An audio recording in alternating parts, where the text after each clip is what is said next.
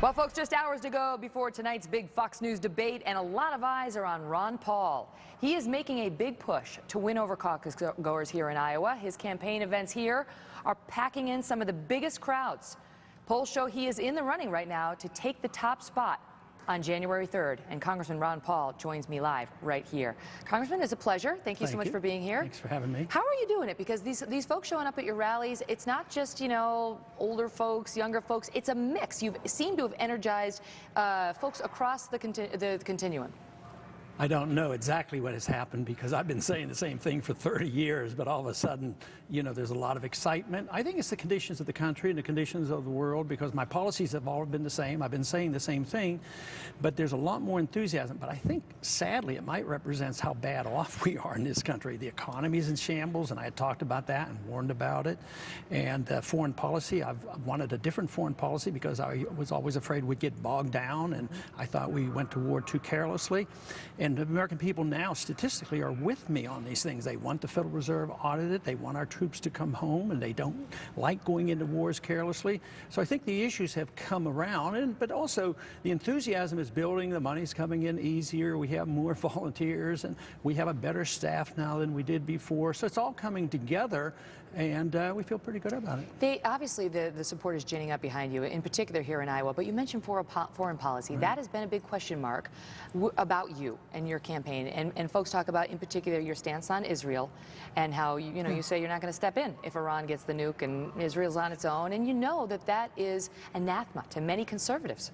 Yeah, it's interesting that you say that's the problem, and I see that as my asset, because when I go around the country and when I go to the campuses, this is where I get the loudest applause. They're tired of it. 65% of the American people want us to come home from Afghanistan, even higher than that. So I would say that it's not a problem. I'm not denying the fact that there's still a lot of people in the Republican Party who are much more anxious to go to war than I am. But all I'm doing is defending the conservative constitutional position that you go to war infrequently, and when you do it deliberately under a proper authority, which is a declaration of war. You fight these wars and you get them over with. But so I don't think that's an unpopular position, and I think the Republicans are now very frustrated, especially now because the foreign policy is being run by Obama, and it's a lot easier to attack his foreign policy. Well, you talk about Obama foreign policy and how bad things are in the country right now. Do you think that any of the GOP candidates who are going to be on the stage tonight could beat President Obama? Oh yeah, I think all of us would have a very, very good chance because, you know, the country's very down on it. And, you know, in some ways, I see this a little differently, in a different perspective, because I don't see Obama as the problem. I see our problems as, you know, monetary system, deficits been run up, economic policies of the last 40 years. Republicans and Democrats have been in charge all that time. So when Republicans have been in charge, we didn't do such a great job, and that's why the independent movement is so strong. That's why there's a Tea Party movement and an Occupy movement, because of this frustration. So Obama hasn't done anything to help, but he did not. He's correct when he said he did not create this monster. This monster, the seeds were sown in 1971 when we delinked our dollar from any restraint by a gold standard. That meant we could spend endlessly, run up deficits endlessly, print money endlessly, but there's always an end point, and what the American people have to wake up and realize, we're at that end point now, and if we don't admit that, we can't solve our problems. The race has been very interesting to watch as an outsider, as somebody in the media, and here in Iowa in particular, because you get deluged with ads. Not so in New York City, I can tell you that, but here in Iowa, yes.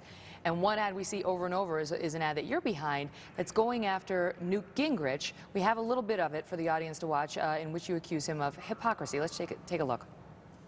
Everything that Gingrich railed against when he was in the House, he went the other way when he got paid to go the other way. He's demonstrating himself to be the very essence of the Washington insiders. It's about serial hypocrisy. Now, do you mean that? I mean, you know, you're telling me that you think any of the Republicans could win, including, I presume, Newt Gingrich. So do you really mean that? Yeah, I think the country is so bad off right now with the conditions. They want a change. So if the Republicans offer change, yes, I think every one of them would have an opportunity. But that's a tough ad against your fellow Republican. Yeah, and I even forgot to put one in there because I think.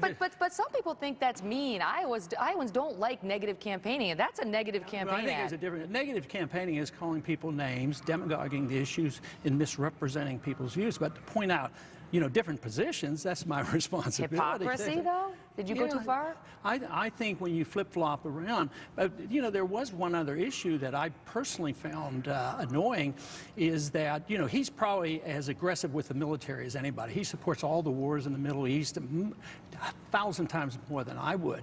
But, when in the 1960s, when I was drafted, in the military, he got several deferments. He chose not to go. Now he'll send our kids to war. But at that time, he said that one person wouldn't make a difference. He didn't know how he could make a difference. So I see that as important information. People should know that, and it reflects on him. We're up against a hard break, but I want to ask you very quickly, what's your plan for tonight? Tell the truth. Gonna be good old Ron Paul. Tell the truth, and that's the easy way. They never accuse me of flip-flopping. Congressman, thank you so much. Thank you. All the best. We'll see you in a few hours.